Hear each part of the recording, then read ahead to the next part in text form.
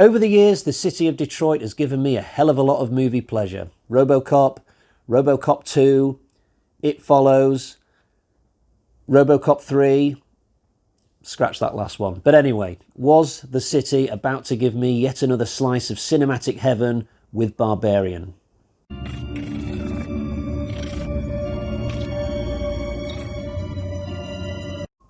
Hi guys, so before we get into it, just a quick word about spoilers. I am conscious that this is a new movie, so I'm going to stay spoiler free for at least the first few minutes, and then I will put up a very clear title card letting you know that I'm about to move into the spoiler section. So I saw this at the cinema last night. I was quite surprised when I went on the online booking system earlier in the day because I noticed there were actually 3 horror films to choose from at the cinema yesterday. That does not always happen. I've complained more than once on this channel throughout 2022 that it just seems to be slim pickings these days in terms of finding horror films that are on at the cinema. I mean, they still show the big ones like Scream and Halloween Ends, but on a week-to-week basis, it always feels like I'm struggling to find a horror film. But yesterday, there were 3 on. So there was Barbarian, Smile, and Pray for the Devil. And I chose Barbarian just on word of mouth, really. It's had the better reviews. The other 2 films have had more mixed reviews. I had a little bit of a to-do last night when I got to the cinema and I bought some snacks because they charged me for crisps and my vanilla milkshake twice. It came off my account twice. I'm not happy about that, so I'm going to have to spend some time this week dicking about trying to get that money back, but that's my issue. I didn't know much about this film coming into it. I'd seen one trailer one time, which was the same night that I watched Halloween Ends at the cinema. So if you don't know what the plot for this is, it's about this woman who travels to Detroit for a job interview, and she needs to stay overnight for a couple of days. So she rents this house in the suburbs somewhere, but when she gets there really late at night, I guess she's had a long journey from wherever she's come from, she realizes that another person is already renting the house, so it's been double booked. It's a guy, this other person, and after a little bit of a conversation on the doorstep, they sort of agree to share the house for the next day or 2. This makes the woman a little bit uncomfortable given that she doesn't know this guy from Adam, but she risks it. A day or so later though, she's randomly down in the basement and she realizes that there's an underground tunnel leading off this basement, like somewhere. I mean, it's long, this tunnel, it's completely dark, there's no lights, and obviously she ends up going into it. And I'm not going to take the story any further than that for you, just in case you haven't seen it, because I was in the dark, no pun intended, about what was to come once the tunnel is discovered. And that's how you should be as well coming into this. You know, ideally you should watch this film not knowing what the horror is. The film was directed by Zach Cregger. I've not heard of him at all. He's about my age. He has done various work in TV and film before, but nothing in horror, I don't think, up to this point. And I think this was the first full-length feature film that he's directed. But from a technical standpoint, this film is quite impressive. The shots that are used and the angles and stuff. There was many a time throughout this where I thought, yeah, that's been done very well. That's been set up very nicely. So possibly a director to keep an eye on. I mean, the film does have other issues, and I'll come to those, but it was nicely filmed, I think, nicely paced. In terms of the actors, there's quite a few people who you might well recognise in this. Now, the main woman, Georgina Campbell, I didn't know her. Again, she's had a long career for someone of her age, but I've just never come across her before. But when you go below her in the cast list, there are quite a few names that a lot of horror fans will recognise. So there's Bill Skarsgård. He played Pennywise in the recent remake. It was weird for me to see him without that makeup on, because he's a very normal looking guy when he doesn't have all that stuff on his face. Also, Richard Brake does a little part. He's not in it for long, but for what he's in, it's very effective. Justin Long, he gets quite a big part. I know him pretty much only from Die Hard 4, and it's been that long since I saw that film. I didn't recognise Justin Long in this. It was only afterwards, when I took a closer look at the cast list, that I thought, oh, that was him from Die Hard 4. He's 44 years old now, which is crazy to think, but he doesn't look it. I think he's playing somebody in like his late 20s in this, but the makeup department must have done a bang-up job, like just covering the fact that he's in his mid-40s, because he absolutely does not look it.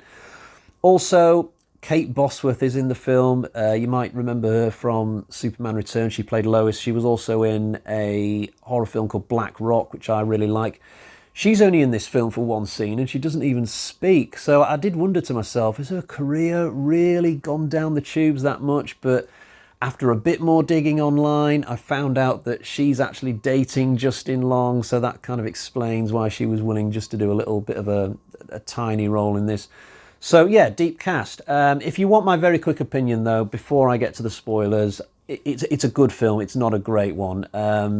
Like I said, technically it's really, really good, but there are lots of issues with logic and certain things not being right.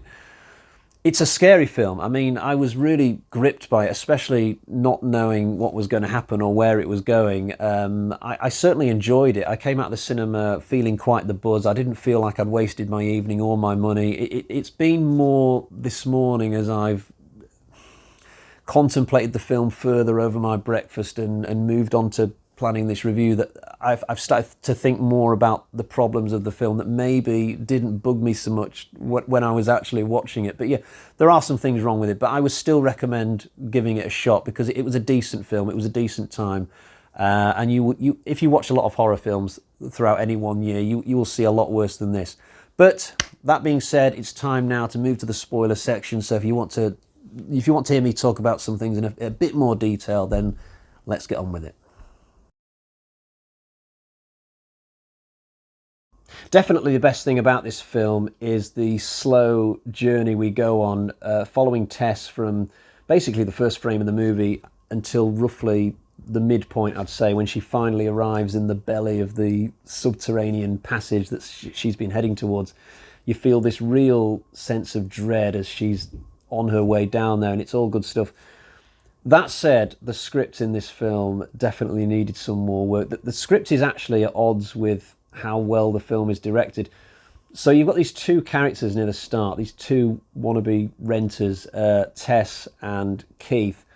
We spend a long time following these two as they get to know each other, but the dialogue is really clunky. I think if you're going to spend this much time establishing these people and establishing the situation, you've got to make the dialogue and the conversations sharp and interesting, and they just aren't in this case. And actually some of the exchanges are a little bit boring and awkward as well, especially the scene where Keith just loiters around in Tess's bedroom hoping for sex. The way that they just stare at each other. I mean, I had to put one hand in front of my face. It was really, really awkward to watch.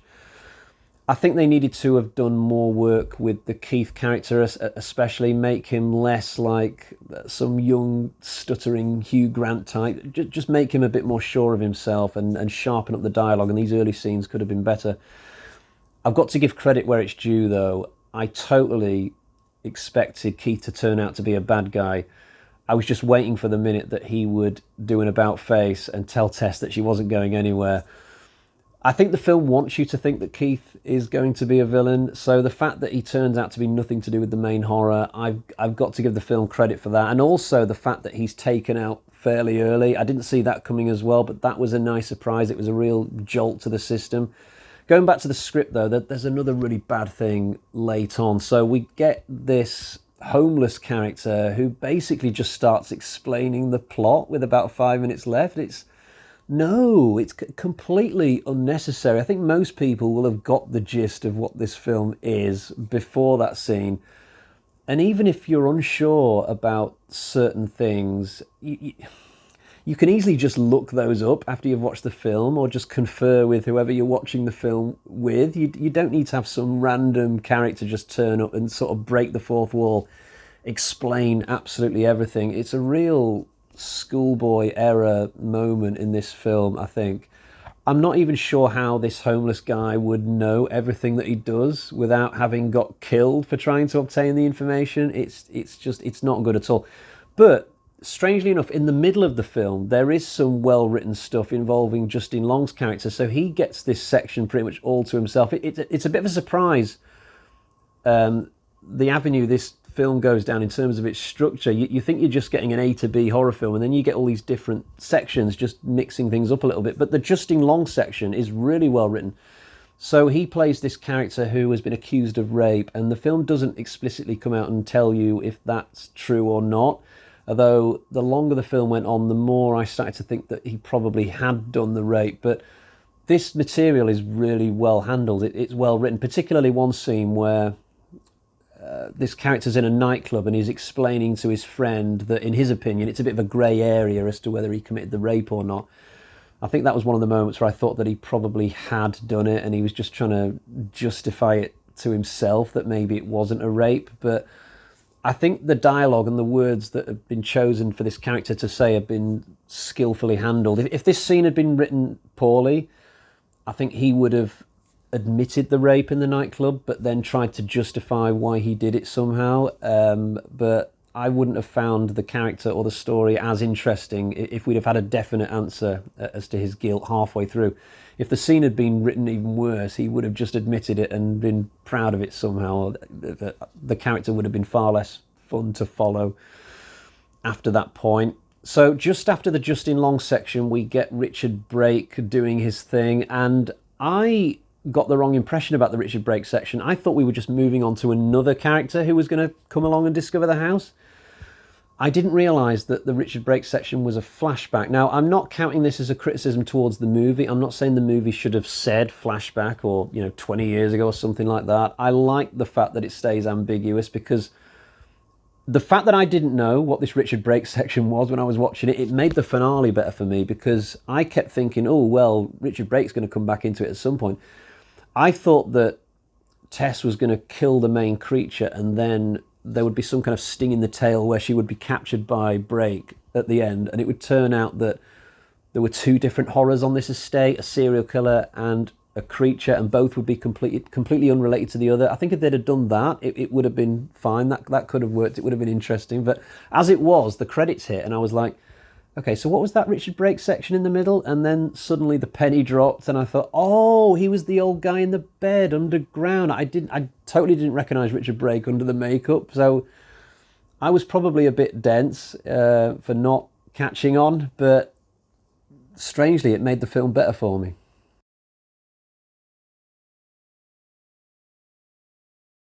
So let's talk a little bit about the end of the film. This is sadly where it loses quite a few points. I've already talked a little bit about Mr. Exposition himself, the homeless man.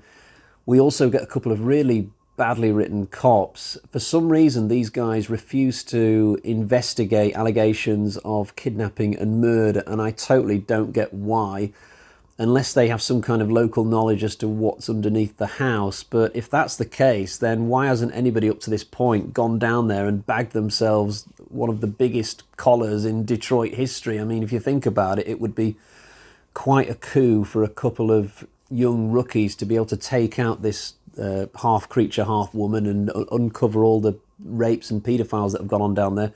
So I have to think that the cops are not aware of what's down under the ground. Plus, that there are no giveaway looks in their faces that they would have knowledge of everything going on. So I think that they are completely clueless, which makes me again ask the question, why don't they just investigate what Tess is telling them? It's just really bizarre. So it's either got to be one of two things going on here. Number one, bad writing on the movie's part, or number two, cops actually do behave like this in America for real. And if that's the case, I would find that really depressing. I hope it's number one, because number one's fiction. But if you're American watching this review, then do let me know in the comments. Is this the sort of thing that cops do in America? I mean, I would find that really neglectful and concerning if I was an American citizen. They're sort of like the cops from the original RoboCop, I guess, those Detroit cops who go on strike, although at least those cops have a reason for not working. Let's go back to the water tower where the homeless guy lives. So right at the end, Tess gets pushed off this tower by Justin Long's character, and the creature jumps off after her. Somehow, the creature then catches up to Tess before she hits the ground, gets underneath her, and cushions her fall. I have to cry bullshit. That's just not happening. This tower is maybe 50 meters in the air. It's not that tall. I mean, if a woman fell off it, she would hit the ground very, very quickly. It would take maybe 2 seconds.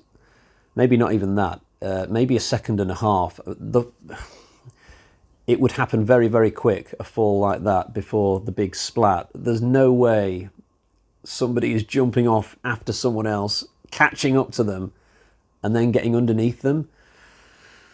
I mean, this creature would have to be like some kind of supernatural pterodactyl juiced up on that nuke drug from RoboCop 2 to even have a chance. And I'm still not buying it. And you know what? In the cinema, a big group of people laughed during this moment. They knew how dumb it was. Funnily enough, at the time I was watching it, I didn't mind it that much because, well, partly I was relieved that Tess was still alive, I guess. And also, because I'd been sort of enjoying the movie up to that point, I didn't let it bug me at the time. But certainly today, when I've woken up and started properly evaluating the film, it does annoy me the more and more I look back on it. It's such a bizarrely stupid thing to put into the script. It does not make any sense. To be honest, I'm not big on the creature anyway in this film. It's a little bit of a rip-off of that creature you get in Wreck, which I was just reviewing the other week, and I'm not buying the physiology of it, based upon the fact that Richard Brake started this whole situation, his character I should say, in the 80s, when he started raping women and babies were born from that. But you're not going to go from those babies to this, what's basically a super soldier with breasts in the space of 40 years. The evolution would take a lot longer to produce something like that. If you think of the movie The Descent, that the creatures in that film, I think the idea is that they took like hundreds of years to go from being human to being these sort of see-in-the-dark creatures, and that's sort of believable, you know, hundreds of years, but not 40 years from the 80s to 2022. That's just not happening.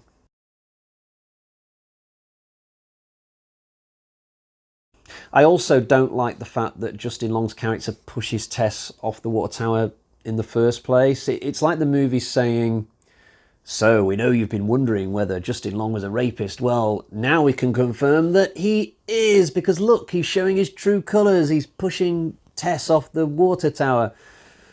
Not all rapists are killers, though, you know. I'm sure there are some really sick individuals out there whose wires are so messed up in their heads that they would literally do anything bad. You know, they would rape, kill, steal, all of those things and more.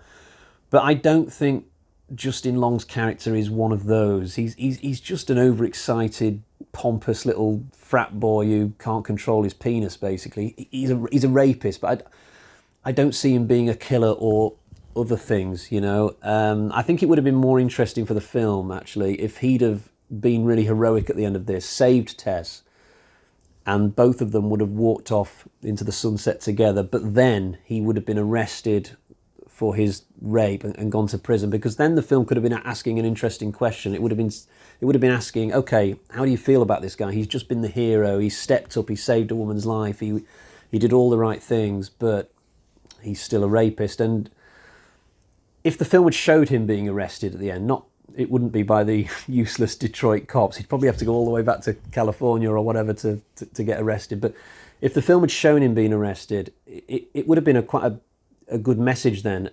You know, it would have shown that no matter what you do in terms of being heroic or whatever, how you act in your life, you still will have to pay that debt to society. You've still wronged a woman really, really badly ultimately, and you'll still have to serve that same punishment, that same sentence. They could have maybe shown that as the credits were rolling, a bit like how the Wrong Turn remake still shows you a bit more story during the credits, but we don't go down that potentially interesting route. In the end, Justin Long's character turns out to be both rapist and killer, and that's that. He gets his head bashed in or whatever.